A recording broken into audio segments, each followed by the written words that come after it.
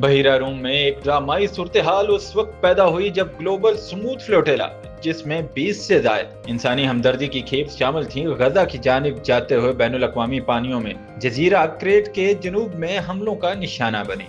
عینی شاہدین کے مطابق قافلے پر کم از کم 10 ڈرون حملے کیے گئے، کشتیوں پر دھماکے ہوئے، مشتبہ کیمیکلز کا اسپرے کیا گیا اور ریڈیو سگنلز میں رکاوٹ ڈالی گئی، جس کے نتیجے میں متعدد کشتیوں کے بادمان اور ڈھانچے کو نقصان پہنچا۔ ان میں ہوائرا، یولارا اور ماریا کرسٹینا بھی شامل تھیں۔ خوش قسمتی سے کوئی جانی نقصان نہیں ہوا۔ یہ فلوٹیلا غزہ کے محصور عوام کے لیے امدادی سامان لے جا رہی تھی، جہاں انسانی بحران سنگین صورتحال اختیار کر چکا ہے۔ منتظمین کا کہنا ہے کہ یہ حملے انہیں خوف زدہ کرنے اور ان کے مشن کو روکنے کی کوشش ہیں۔ اسرائیل نے واقعے میں ملوث ہونے کی تردید کی اور اس کی بجائے پیشکش کی کہ امداد کو ایسکلون کی بندرگاہ کے ذریعے منتقل کیا جا سکتا ہے، تاہم منتظمین نے یہ تجویز مسترد کر دی اور کہا کہ ان کا مقصد صرف امداد پہنچانا نہیں بلکہ غزہ پر عائد طویل عرصے سے بحری ناکہ بندی کو چیلنج کرنا ہے۔